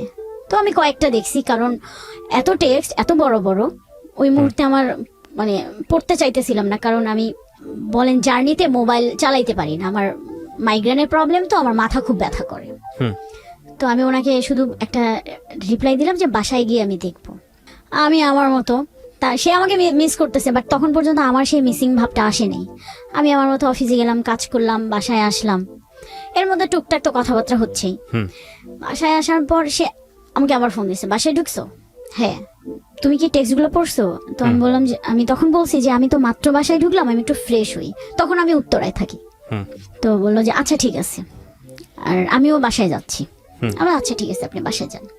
আমি ফ্রেশ হইলাম, হয়ে টেক্সটগুলো পড়লাম, মানে এত টেক্সট এত বড় বড়, আমার এত কিছু মনে নাই, অনেক বড় বড় তো মনে থাকে না, কিন্তু আমার লাস্টের একটা কথা খুব মানে ভালো লাগছে পড়ে, যে সে আমাকে সারাদিন খুব মিস করতেছিল। তারপরে এরকম করে করে কথা হইতে হইতে আমিও একটা পর্যায়ে ইনভলভ হয়ে গেলাম। মানে আপনি মানে জায়গা থেকে গ্রিন সিগন্যাল দিলেন। এর মধ্যে সে আমার প্রচন্ড টেক কেয়ার করতেছিল, প্রচন্ড করতেছিল। টেক কেয়ারের মাত্রা এরকম ছিল, আমি জানি না যে এটা আসলে আমার কোন দিক দিয়ে যাচ্ছিল, ভালোর দিকে না খারাপের দিকে যাচ্ছিল, আমি জানতাম না। সে একটা পর্যায়ে আমাদের রিলেশনশিপটা একটু না মোটামুটি ডিপ হয়ে গেল। তারপরে তখনই আমি জানতে পারলাম, এর মধ্যে কিন্তু আমি কোনোদিনও কোশ্চেন করি নাই। তখন সে আমাকে নিজে থেকে বলছে যে সুমাইয়া আমি একটা কথা বলবো। আমি বলছি ঠিক আছে বলেন। তো সে বলল যে তোমাকে বলা উচিত ছিল, তুমি তো কখনো জিজ্ঞাসা করো নাই আমি বিবাহিত। এটা সম্পর্ক গড়ানোর কতদিন পরে? সম্পর্ক গড়ানোর আপনার 2 মাস পর, মাত্র 2 মাসের মাথায় সে আপনাকে সে আমাকে বলে পাঠান। মানে আমি দেখতে চাচ্ছিলাম যে সে আদৌ ম্যারিড কিনা। তারপর ফেসবুকে রিকোয়েস্ট পাঠাইলো। ভাইয়া আমি কি বলবো, আমি মানে দেখার পর বিশ্বাস করতে পারতেছিলাম না। কেন বিশ্বাস করা বলতে মানে কেন বিশ্বাস করতে পারতেছিলাম না যে আমাকে কেন আগে বলে নাই। আর তারপরে আমি আইডিতে কি পেলেন আপনি? ওয়াইফের সঙ্গে ছবি, বাচ্চাদের বাচ্চা আছে? হ্যাঁ বাচ্চাও ছিল, বাচ্চার সঙ্গে ছবি happy family look. Happy family, এগুলো দেখে আমার কষ্ট লাগছে, আমার খারাপ লাগছে। তো ফেসবুক তো একটা মোমেন্টাল জিনিস, ফেসবুক তো সবসময় সত্য কথা বলে না, মানুষকে পুরো জীবনটাকে তুলে ধরে। বাট এটা ঠিক আছে, বাট ওটা দেখেই আমরা জাজ করি ডেফিনেটলি, আপনার যা হচ্ছিল তাই। হ্যাঁ। পরে আমাকে বললো যে আমি জানি তুমি এখন কথা বলবা না, কিন্তু আমি না ভাইয়া, আমি চেষ্টা করছিলাম যে। ওর মধ্যে কোনো লুকোচুরি ব্যাপার ছিল যে আপনাকে ডেফিনেটলি টেক্সট পাঠাচ্ছে, একদম ডেয়ারলি টেক্সট পাঠাচ্ছে, আপনি চাইলে এগুলোকে প্রুফ করে রাখতে পারেন, সেরকম কোনো লুকোচুরি ব্যাপার ছিল? ওরকম সে লুকোচুরি করতো না, সে কোনো লুকোচুরি করতো না। তো এরপরে থেকেই আমিও আর কি, সে আমাকে মানাইলো, আমিও মেনে নিলাম। মেনে নিয়ে আস্তে আস্তে আস্তে আমাদের রিলেশনশিপটা খুব ডিপলি চলে গেল। এবং এক পর্যায়ে দেখা গেল যে সে আমার দিকেই ইনভলভ এত বেশি হচ্ছিল এবং আমাকেও করতেছিল যে আমি ওখান থেকে আর বের হইতে পারিনি। তারপরে কি করলেন, মানে আপনারা আরো এক ধাপ আগাইলেন না পিছাইলেন? তারপরে আমরা আরো একদম আগাইলেন। তারপরে এখানে একটা বিষয়টা হচ্ছে যে ওই যে রবীন্দ্রনাথের ওই গানের মতো জেনে শুনে বিষ আমি করেছি হ্যাঁ, পান। জেনে শুনে বিষ আমি করি, কারণ আমি বললাম না আপনাকে যে আমি ওখান থেকে বের হইতে পারতেছিলাম না, আমি বের হইতে পারতেছিলাম না, এটা কার কার কাছে শেয়ার করব, মানে এমন একটা পর্যায়ে আমি কারণ শেয়ার করতে পারতেছিলাম না। Okay. এর মধ্যে ওর ফ্যামিলি থেকে জেনে গেল। কিভাবে জানলো? এই ওয়াইফ একটা টেক্সট দেখে ফেলছে, দেখে Okay. ফেলার পর বুঝে নেই তো, জানার পর কি হবে, হুম অশান্তি। পরে আমাকে দুপুরবেলা ফোন দিয়ে বলল যে তোমার সাথে আপাতত আমার ক্লোজ হুম সে। আমি বলছি কেন, কারণ কি?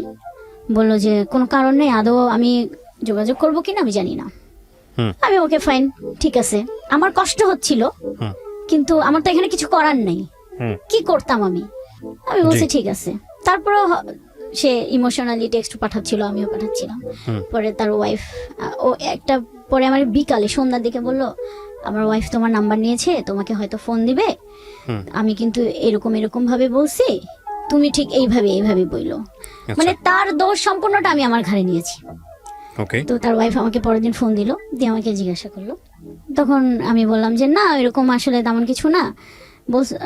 তখন সে বললো যে না মানে তোমাদের টেক্সট দেখে আমি বুঝতে পেরেছি যে কিছু একটা আছে, তুমি যতই কিছু বলো না কেন। হুম তো পরে আমি বললাম যে না এরকম কিছু না আসলে, মানে হ্যাঁ আমাদের কথাবার্তা হয়েছে কিন্তু এখন আর হয় না, স্টপ।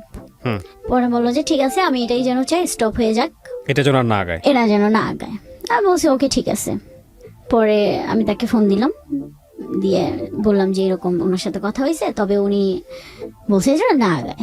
তো ঠিক আছে, এর মধ্যে আর 3-4 দিন আমাদের কোনো কথা হয়নি। হুম হঠাৎ একদিন সকালবেলা আমি ওইভাবে আর কি নিজেকে প্রস্তুত করে নিচ্ছিলাম, হঠাৎ একদিন সকালবেলা আমাকে সে দেখি অন্য একটা আইডি থেকে টেক্সট পাঠাইছে, বলছে তুমি এটা অ্যাকসেপ্ট করো, আমি এটা।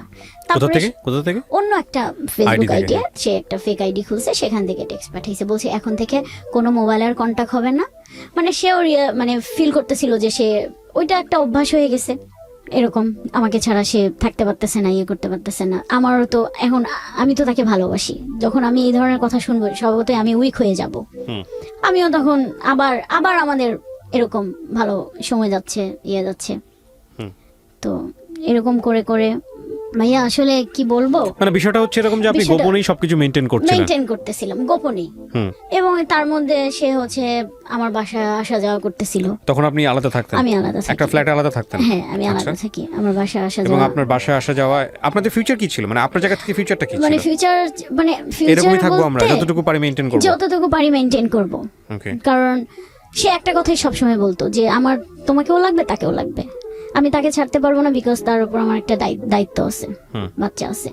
তোমাকে ছাড়তে পারবো না, তুমি আমার ভালোবাসার জায়গা, মানে একজন আমার দায়িত্বের জায়গা, একজন আমার ভালোবাসার জায়গা। হুম তো এরকম করে করে আমাদের রিলেশনশিপটা এত গভীরে চলে গেল যে যেখান থেকে সেও আর পারতেছিল না বের হইতে, আমিও আর পারতেছিলাম না বের হইতে। হুম অলমোস্ট তখন মনে করেন যে প্রায় 2-2.5 বছর শেষ, হুম 3 বছর। তখন আমি ওনাকে গিয়ে একটা প্রশ্ন করছি, আমাদের ফিউচার কি, এইভাবে কতদিন? এর মধ্যে সে আমাকে ইনসিস্ট করতেছিল, তুমি যখনই সে কোনো না কোনো ভাবে, এর মধ্যে অনেকবার সে তার ওয়াইফের কাছে ধরা খেয়ে গেছে, আপনাদের বিষয় নিয়ে। আমাদের বিষয়ে ধরা হয়েছে, এবং অনেক ইয়ে হয়েছে। আবার আমি গিয়ে তাদেরকে নানান ভাবে সব দোষ আমার কাঁধে নিয়ে আমি তাদেরকে মিউচুয়ালি করে দিছি। তো পরে একটা সময় গিয়ে আমি তাকে জিজ্ঞাসা করছি যে আমাদের ফিউচার কি। তখন সে বলতেছিল যে আমার এরকম চাচ্ছিলাম আমি অস্ট্রেলিয়া, মানে সে অস্ট্রেলিয়ার যাওয়ার জন্য কাগজপত্র তৈরি করতে, দেশের বাইরে চলে যাবে, তারপর আপনার সাথে ওখানে সেটেল হবে। দেশের বাইরে চলে মোস্ট যাবে, কমন স্টোরি। হ্যাঁ, দেশের বাইরে Okay. চলে যাবে। পরে তখন আমি বলছি ঠিক আছে দেশের বাইরে চলে যাও, কোনো সমস্যা না, যদিও আমি চাই নাই সে দেশের বাইরে যাক। তো আমি বলছি ঠিক আছে তুমি দেশের বাইরে যাও। ও আমি একটু বলি, এর মধ্যে সে আমাকে যখনই তার ওয়াইফের কাছে ধরা মানে বিষয়টা চলে আসে, তখন সে আমাকে ইনসিস্ট করে তুমি বিয়ে করো বিয়ে করো। কিন্তু আমার কথা হলো আমি কেন বিয়ে করব, আমি এত দূর এসে, মানে আমি তো পারবো না আর। শুভা, আপনি আমাকে একটু বলেন আপনার প্ল্যান কি ছিল? ওর ফিউচার প্ল্যান বাদ দেন, আপনার প্ল্যান কি ছিল? আপনি ওকে বিয়ে করবেন? না আমার ওরকম কোনো প্ল্যান ছিল না ভাই। তাহলে কি আপনি এভাবেই থাকবেন লাইফে? আমি চিন্তা করছিলাম যে দেখি না কি হয় কি হয় Exactly. কি হয়, মানে একটা হাওয়াই মিঠাইয়ের উপরে পুরো হ্যাঁ, জীবনটা ছেড়ে দাও। আমি না মানে ওখান থেকে অনেক চেষ্টা করছি আমি বের হয়ে আসতে, কিন্তু আমি না বের হয়ে আসতে পারি নাই, মানে পারি নাই বের হয়ে আসতে। চেষ্টা যে করি নাই ভাইয়া তা কিন্তু না, আমি প্রচন্ড চেষ্টা করছি। চেষ্টা মানে কি আপনি আরো কার প্রতি ফলেন হওয়ার চেষ্টা না না করতেছিলেন? না তাহলে? আমি কারো প্রতি না, মানে আমি নিজে থেকেই নিজেকে মনকে বোঝাচ্ছিলাম যে এটা তো হবে না, মানে এটা তো কোনো ফিউচার নাই। সে আমাকে যতই ভালোবাসুক না কেন, তার একটা ফ্যামিলি আছে, তো আমি তো একটা মেয়ে হয়ে একটা ফ্যামিলি তো আমি নষ্ট করতে পারি না। এখানে খুব গুরুত্বপূর্ণ কিছু বিষয় আছে, আপনারা জাজমেন্টাল হবেন না। গুরুত্বপূর্ণ বিষয়টা আমি লাস্টে বলছি যে কেন এই উইকনেসটা গ্রো করলো এবং এই উইকনেসটা গ্রো করলে এটা কতদূর পর্যন্ত যাইতে পারে। কজ একটা মানুষকে ড্রাগ দিলে সেটা কিওর করা যায় হয়তোবা, তার চেয়েও হাই ভলিউমের যদি আমি বলি, ড্রাগের চেয়েও হাই ভলিউম যদি কোনো নেশা থাকে সেটা দিলে অনেক সময় বের করে নিয়ে আসা যায়। বাট ওয়ান থিং যেটা দিলে কিওর করা খুব মুশকিল, পুরো লাইফটা নিয়ে টানাচড়া শুরু হয়ে যায়, সেটা ওনার জীবনে ঘটেছে। উনি হয়তো পরবর্তীতে এগ্রি করবে, সেটা নিয়ে কথা বলবো আমরা একেবারে শেষের দিকে এসে। এর মধ্যে তো এরকম করে করে আমাদের চলতেছে, এর মধ্যে দেখা সাক্ষাৎ মানে সবকিছুই নর্মাল। সেও পারতেছে না, আমিও পারতেছি না, আমি পারতেইছি না, সেও পারতেছে না, আমি তার দোষ দেব না। সে বলতেছে যে আমার ছাড়া সম্ভব না, কিন্তু সে তার ওয়াইফকেও ম্যানেজ করতে পারবে না, কারণ তার ওয়াইফ এটা কোনোভাবে মেনে নেবে না। আমিও তাকে কোনো ফোর্স করি নাই। লাস্ট ফেব্রুয়ারির 7 তারিখে আমাদের খুব একটা ঝগড়া হয়। তোর ওয়াইফের সঙ্গে তার কি লাভ ম্যারেজ ছিল? হ্যাঁ, লাভ ম্যারেজ ছিল। তার হচ্ছে ঝগড়া আমাদের ঝগড়া হয়, প্রচন্ড ঝগড়া হয়, এবং এর মধ্যে সে আমাকে মানে ভালোবাসার সন্দেহ বলেন যা একটা রিলেশনশিপে থাকে, তো আমাকে সামান্য একটা ব্যাপার নিয়ে, আমার মোবাইল শুধু অফ হয়ে গেছিল, এটা ব্যাপার নিয়ে সে আমাকে এত পরিমাণ সন্দেহ করছিল যে, না সরি, মোবাইল বন্ধ ছিল না, মোবাইলটা আমি ওই দিন সকাল থেকে ওর সাথে আমার একটা ব্যাপার নিয়ে ঝগড়া। আমি ওর সাথে আর কোনো কথা না বলে অফিস থেকে বাসায় আসছি। বাসায় আসার পর আমি ফ্রেশ হয়ে বাইরে গিয়েছি, এই দোকানে গিয়েছিলাম, দোকানে গিয়েছি।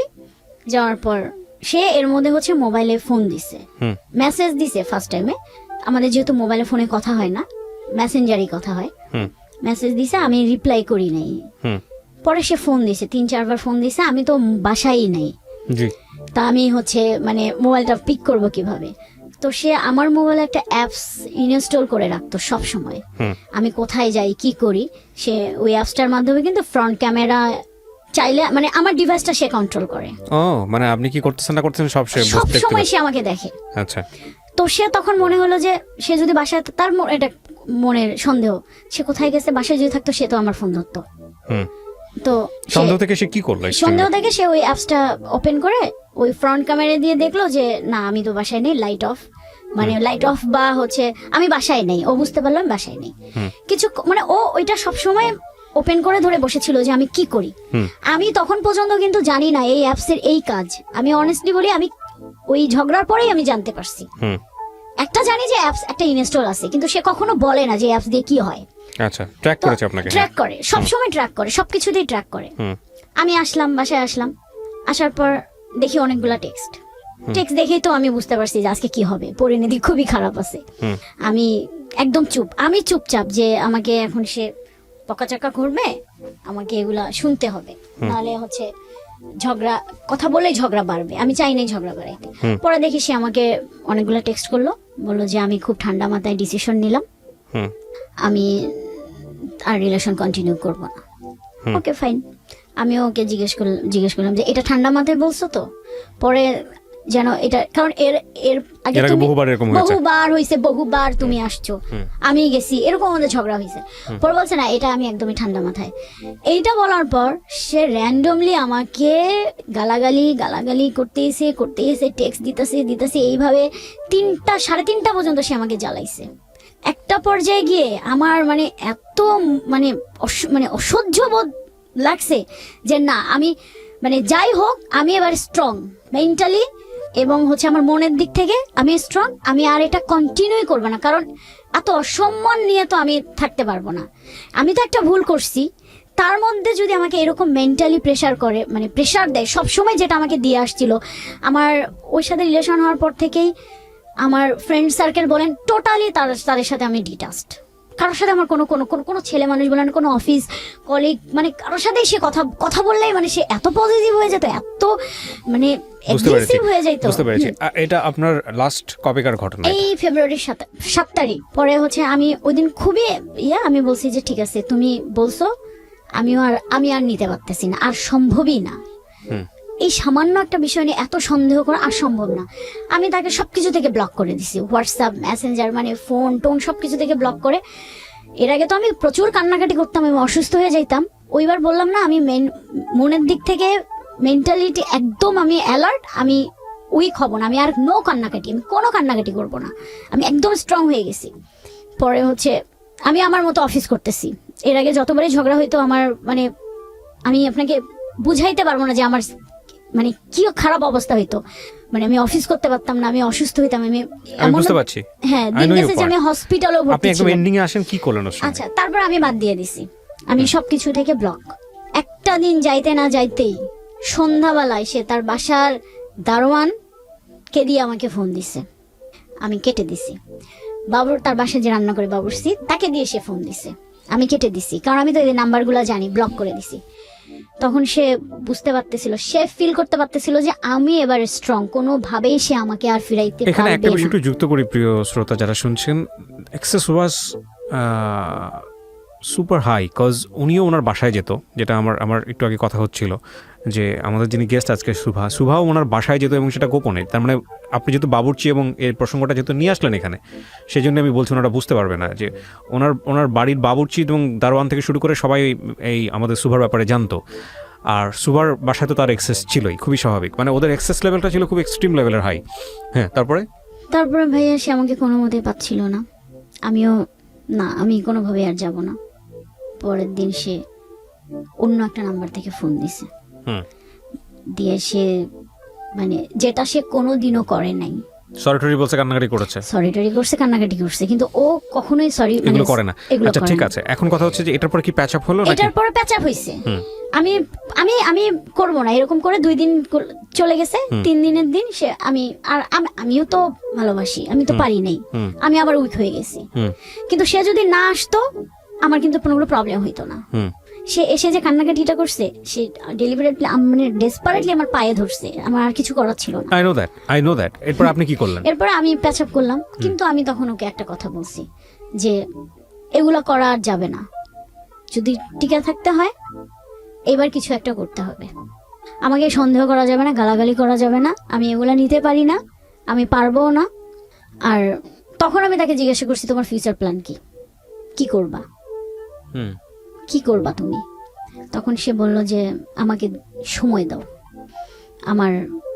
আমাকে কথা দিলাম আমি অস্ট্রেলিয়া যাওয়ার আগে তোমাকে আমি বিয়ে করে রেখে যাব। বয়স কত বাচ্চাদের? 11 বছর। দুইটা? না, একটা ছেলে না মেয়ে? ছেলে। ওকে। আর আমি তোমাকে দেশের বাইরে যখন যাব আমি তোমাকে বিয়ে করে রেখে যাব, আর তারপরে আমি ওখানে যাওয়ার পর তোমাকে 1 বছর পর আমি নিয়ে যাব। আপনি এগ্রি করলেন? হ্যাঁ, আমি এগ্রি করছি ভাইয়া, আমি এগ্রি করছি, ঠিক আছে। এইটাই তার সাথে আমার কথা যে এই কন্ডিশন হলে এখন থাকবে, না হলে আর হবে না, আর সম্ভব না আমার পক্ষে। এভাবে আমাদের ভালোই চলতেছিল, ঝগড়া টগড়া হয়নি। তো ওর সাথে আমার লাস্ট যেটা কথা হচ্ছে, ও এর মধ্যে লাস্ট কথা হওয়ার ঠিক 2 দিন আগে তার ওয়াইফের সাথে ঝগড়া হয়েছে, আমাকে নিয়ে না, অন্য একটা পারপাসে ঝগড়া হয়েছে। এবং সে এত পরিমাণে একটা খুবই বাজেভাবে ঝগড়া হয়েছে যে মনে হয়েছে, সে আমাকে জানাইছে যে তার আব্বা আম্মা আসছে। তো আমাকে কিন্তু ওই সন্ধ্যার দিকে আমার সাথে একটু খুব খারাপ ব্যবহার করছে। তখন আমি বলছি যে আমার সাথে একদম খারাপ ব্যবহার করবা না, আমি অফিস থেকে আসছি। তখন সে আমাকে বললো, আচ্ছা সরি, আমার ভুল হয়ে গেছে, আমি জানতাম না যে আমার আব্বা আম্মা আজকে আসবে, তাদেরকে দেখে আমার মেজাজ খারাপ হয়েছে। যে মানে ওনার ওয়াইফের কথা বললো যে সে আবার কিছু বলছে নাকি। যাই হোক, মার্চের 13 তারিখে রাত 10টার পর আমাকে নর্মাল কথা হয়েছে, যে লাস্ট কথা এটাই হয়েছে যে তুমি রাতে খাবার খাইছো, আমি জাস্ট অ্যান্সার দিছি, এরপরে আর পাই নাই। 10 দিন কোনো খোঁজ ছিল না, 10 দিন পুরো আমি মনে করেন পাগলের মতো হয়ে গেছিলাম। কিন্তু মানে আমার মাথায় ওই একটা জিনিস কাজ করছিল যে মানে আমি অন্য সোর্স দিয়ে তার খোঁজার ট্রাই করছি, কিন্তু তার ফ্যামিলি মেম্বার বা তার ইয়েতে আমি কখনোই ফোন দিতে যাইনি, কারণ দিলে আমার এটা মাথায় কাজ করতেছিল যে কিছু যদি একটা গন্ডগোল হয় আর এই মুহূর্তে যদি আমি একটু নিজেকে কন্ট্রোল না করি তাহলে ব্যাপারটা আরো খারাপের দিকে যাবে। তো সে কারণে পরে 10 তারিখের 10 দিন পর 11 কি 12 দিনের দিন সন্ধ্যাবেলায় আমার কাছে একটা ফোন আসছে। আমি প্রথম তখনই জানতে পারি যে এক লোক আমাকে ফোন দিয়েছে, দিয়ে আমাকে বলল যে এরকম আমি অমুক জায়গা থেকে বলতেছি, আপনার নাম্বারটা আমাকে দিয়েছিল, দিয়ে আপনাকে শুধু মেসেজটা দিতে বলছে যে সে রিহ্যাবে আছে। আচ্ছা, ফার্স্ট আমি ওই দিন আরেকটা ধাক্কা খাইলাম। মানে আপনি কি জানলেন রিহ্যাবে আছে, মানে কি সে ড্রাগ নিত? তখন সে আমাকে মানে আমার না বিশ্বাস হচ্ছিল না কোনোভাবে, না এটা কিভাবে সম্ভব। আমি তো তার মাঝে এমন কিছু দেখি নাই যে সে কিভাবে সম্ভব সে এইভাবে আছে। পরে এখন তার সাথে যোগাযোগ করতে পারতেছে না, তো ওই লোকের মাধ্যমে সে আমাকে শুধু এইটুকু নিউজ দিছে যে আমি এখানে আছি, আমার ওই দিন কিছু করার ছিল না, তোমাকে ইয়ে করতে পারিনি, আমি জানি তুমি অনেক কান্নাকাটি করছো। সে আমাকে তখন ওই একটা আশ্বাস দিছে যে আমি ফিরে আসবো তোমার জন্য হলো। সে কি কনফার্ম রিহ্যাবে আছে? জি, আমি দেখে আসছি।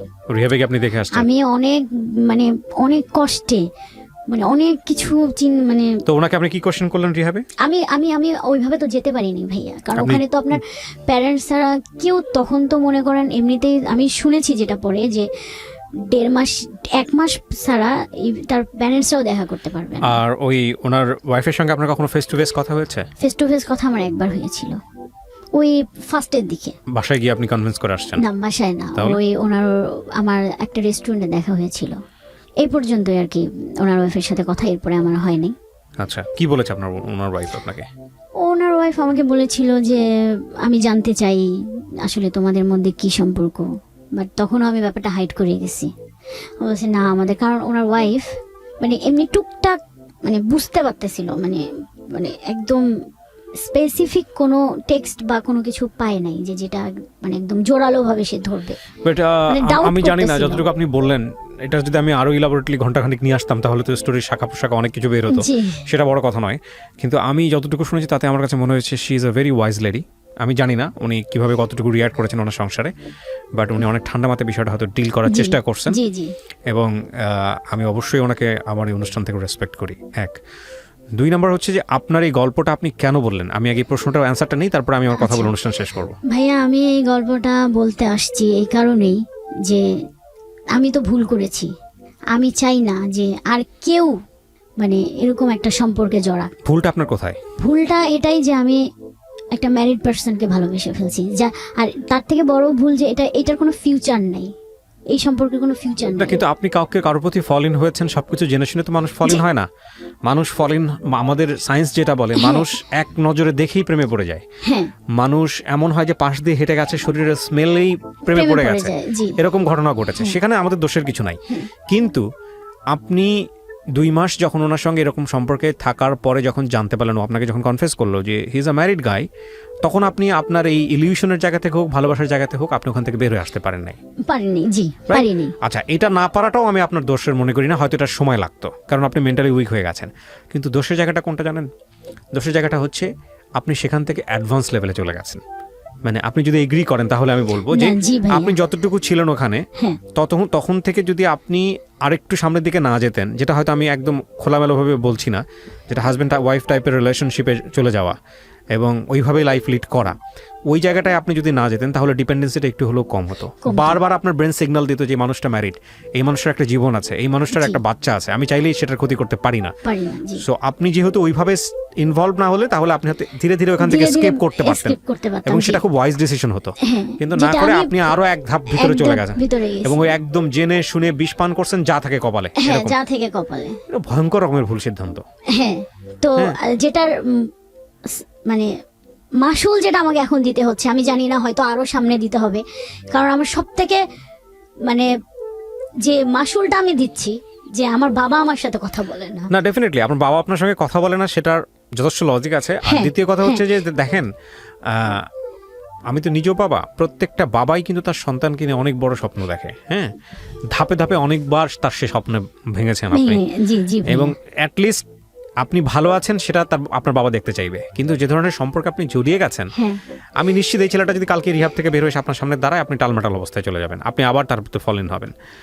একটা জিনিস, এই ধরনের সম্পর্ক সাধারণত কিভাবে নষ্ট হয় আমি বলি। আমার শোনা যারা এখানে গল্প বলেছেন সেই জায়গা থেকে বা সারাউন্ডিং থেকে আমি যতটুকু জানি, ভয়ঙ্কর রকমভাবে একটা দুর্ঘটনা, সাধারণত কমন 4-5টা সিনারিও বলতেছি। 2 নাম্বার যেটা হচ্ছে সুইচিং করা, একটা সম্পর্কে থাকার পরে আরেকটা সম্পর্কে মুভ করা, যেটা সবচেয়ে ইজিয়েস্ট ওয়ে।